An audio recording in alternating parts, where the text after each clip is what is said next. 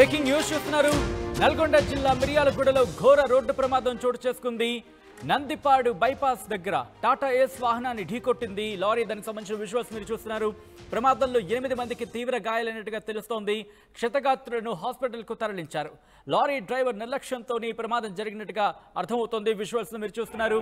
అయితే ఈ కథనం మిమ్మల్ని కాస్త కలవరపరచొచ్చు. అయితే మిమ్మల్ని కలవరపడకు గురి చేయడం ఉద్దేశం కాదు. మేము ఇప్పుడు సమాజ శ్రేయస్సును కోరుకుంటాం. దానిలో భాగంగానే ఈ కథనం చూపించడం జరుగుతోంది తప్ప మిమ్మల్ని కలవరపడి గురి చేసే ఉద్దేశం మాకు లేదు. అయితే ఇటువంటి కథనాలు చూసినప్పుడు కాస్త కలవరపడి గురే అవకాశం ఉంటుంది కాబట్టి దీనికి సంబంధించి తగిన జాగ్రత్తలు తీసుకోమని చెప్పి సూచించడం జరుగుతోంది. బ్రేకింగ్ న్యూస్ చూస్తున్నారు. నల్గొండ జిల్లా మిర్యాలగూడలో ఘోర రోడ్డు ప్రమాదం జరిగింది. దానికి సంబంధించి విజువల్స్ మీరు చూస్తున్నారు. నందిపాడు బైపాస్ దగ్గర టాటా ఏస్ వాహనాన్ని ఢీకొట్టింది ఒక కంటైనర్ లారీ. ప్రమాదంలో 8 మందికి తీవ్ర గాయాలయ్యాయి. క్షతగాత్రులను హాస్పిటల్కు తరలించారు. లారీ డ్రైవర్ నిర్లక్ష్యంతోనే ఈ ప్రమాదం జరిగింది. ఆ విజువల్స్ మనకి క్లియర్గా కనిపిస్తున్నాయి. ఒకసారి విజువల్ని చూసే ప్రయత్నం చేస్తున్నాం. ఈ సీసీటీవీ ఫుటేజ్కి సంబంధించి విజువల్స్ మనం చూస్తున్నాం. ఇక్కడ మీరు చూస్తే కనుక అక్కడ టాటా ఎస్ వాహనం వెళుతూ ఉంది. అక్కడ విజువల్ మనకి ఇంకా క్లియర్గా చూసే ప్రయత్నం చేస్తే కనుక ఇక్కడ మీరు చూస్తే కనుక అంతకన్నా ముందు స్టార్టింగ్లోనే మనకి క్లియర్ పిక్చర్ అనే చెప్పుకోవాలి. ఎందుకంటే ఒక్కసారి ఇక్కడ ఘటనకు సంబంధించి మీరు ఆ కార్ వస్తున్న పొజిషన్ చూడండి. కార్కి లెఫ్ట్ సైడ్ సపోజ్ కొంచెం ప్లే చేద్దాం, ముందుకు వెళ్దాం. ఒక్కసారి టాటా ఎస్ వాహనం ఇక్కడ ఒకసారి పాజ్ చేద్దాం. ఇక్కడ మీరు క్లియర్గా చూడండి. టాటా ఎస్ వాహనానికి లెఫ్ట్ సైడ్ ఒక కంటైనర్ డోంట్ గో ఇక్కడ పాజ్ చేయండి. పీసీఆర్ ఇక్కడ ఒక్కసారి పాజ్ చేయండి. లెఫ్ట్ సైడ్ కనుక చూస్తే ఒక కంటైనర్ ఆగి ఉంది, అక్కడికి బ్రేక్ డౌన్ అయ్యింది. దాంతోపాటు ఏదైతే మీరు టాటా ఎస్ చూస్తున్నారో దాని వెనకాల ఒక కంటైనర్ వెహికల్ వస్తుంది. దానికి రైట్ సైడ్ చూస్తే కనుక యూటర్న్కి సంబంధించి చిన్న బ్యారికేడింగ్ ఉంది. అంటే మహా అయితే ఒక టాటా ఎస్ మరొక టాటా ఎస్ కూడా వెళ్ళేంత గ్యాప్ కూడా లేదు. అటువంటి సినారియో. అలా వెళుతూ ఉన్నప్పుడు ఇటు ఓవర్టేక్ చేసే ప్రయత్నం చేశాడు. ఓవర్టేక్ చేసేందుకు ప్రయత్నం చేసినప్పుడు నిర్లక్ష్యం అని చెప్పుకోవాలి.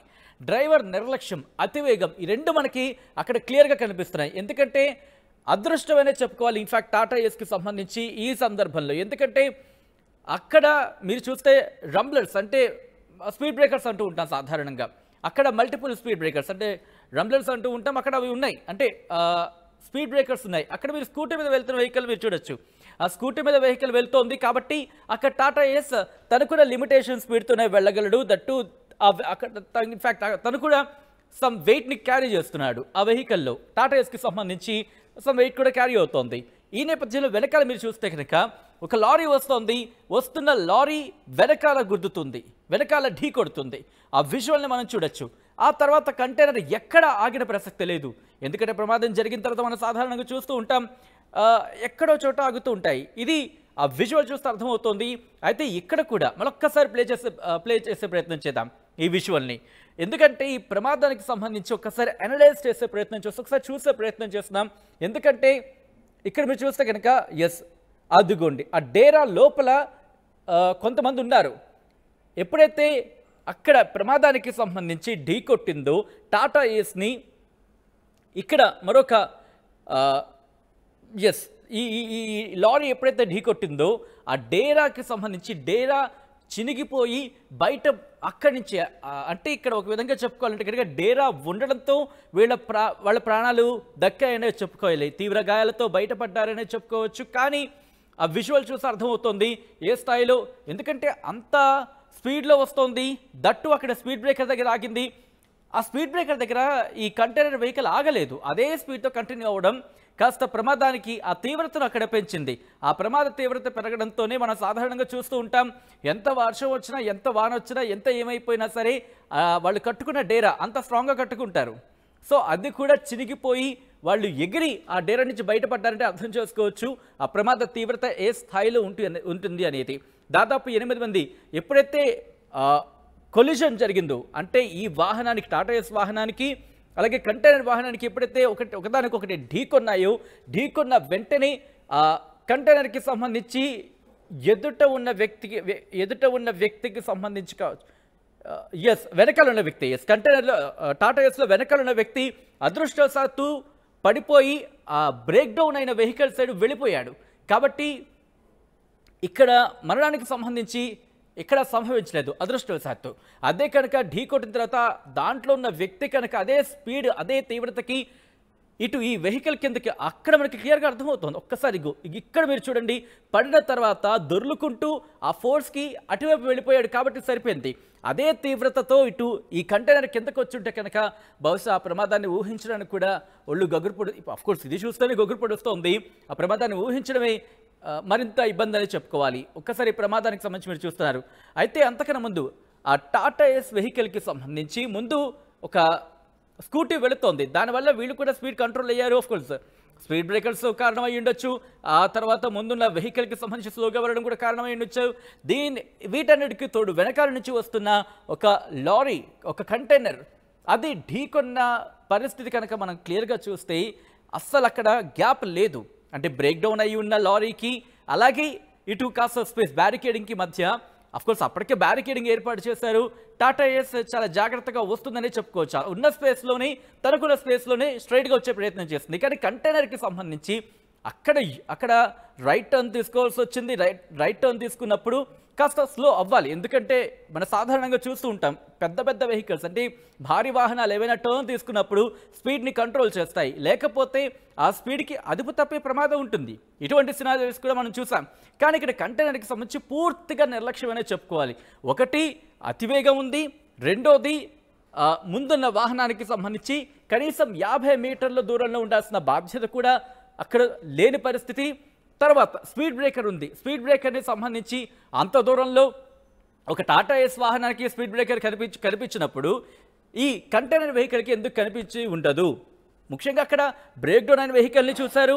ఎట్ ద సేమ్ టైం ముందున ఒక స్కూటీ వెళ్తోంది, దాంతోపాటు అక్కడ స్పీడ్ బ్రేకర్స్ ఉన్నాయి. ఇవన్నీ కూడా కనిపించలేదా? ఎందుకంటే అక్కడ స్పీడ్ కంట్రోల్ అయిన పరిస్థితి మనం స్పీడ్ కంట్రోల్లో అంతగా స్పీడ్ కంట్రోల్లో లేదని మనకు అర్థమవుతోంది. ఓవర్టేక్ చేసే ప్రయత్నమే ఈ ప్రమాదానికి కారణమైంది. అయితే అదృష్టవశాత్తు మరణాలైతే సంభవించలేదు, కానీ ఆ ప్రమాద తీవ్రత మనం చూస్తున్నాం. అప్డేట్స్ తెలుసుకుందాం. మా ప్రతినిధి రమేష్ అప్డేట్స్ అందించేందుకు లైవ్లో జాయిన్ అవుతున్నారు. రమేష్, ప్రస్తుతం ఆ ప్రమాదానికి సంబంధించి విజువల్స్ చూస్తూ ఉంటే కనుక ఒళ్ళు గగురు పడుతుందనే చెప్పుకోవచ్చు. ఈ నేపథ్యంలో ప్రస్తుతం వాళ్ళ ఆరోగ్యం అంటే ప్రస్తుతం వాళ్ళ పరిస్థితి ఎలా ఉంది?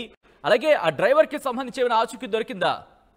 రమేష్, రైట్, మొత్తం టాటా ఏస్ లో 14 మంది ఉన్నారు. ఆ 14 మంది కూడా అక్కడ దగ్గరలోనే ఒక బంగారు మైసమ్మ టెంపుల్ ఉంటుంది. ఆదివారం రోజు ఎంతో ఆ టెంపుల్ విశిష్టత ఉంటుంది. వీరంతా కూడా దూరం చాలా సంగారెడ్డి జిల్లా నుంచి కూడా రావడం జరిగింది. సంగారెడ్డి జిల్లా నుంచి కూడా శంకర్ నాయక్ కుటుంబ సభ్యులు మొత్తం కూడా 14 మంది ఆ టాటా ఏస్ లో రావడం జరిగింది. తిరిగి దర్శనం ముగించుకొని తిరిగి మళ్ళీ వెళ్తుండగా ఇది మిర్యాలగూడ వద్ద చోటు చేసుకుంది. ఎగ్జాక్ట్ గా మనం విజువల్స్ లో చూస్తున్నాం. టాటా ఏస్ లో 14 మంది ఉన్నారు. ఇది పూర్తిగా ఎన్నికాల వస్తున్నటువంటి కంటైనర్ వాహనం తప్పిదం అనేది మనకు చాలా క్లియర్ గా తెలుస్తుంది. ఎందుకంటే ఆటో అదే విధంగా వెనకాల వస్తున్నటువంటి కంటైనర్ ఒకటే డైరెక్షన్ లో వస్తుంది. ఏదైతే హైవే పై స్పీడ్ బ్రేకర్లు ఉన్నాయో ఆ స్పీడ్ బ్రేకర్లు రావడంతో ఆటో కాస్త స్లో కావడం జరిగింది.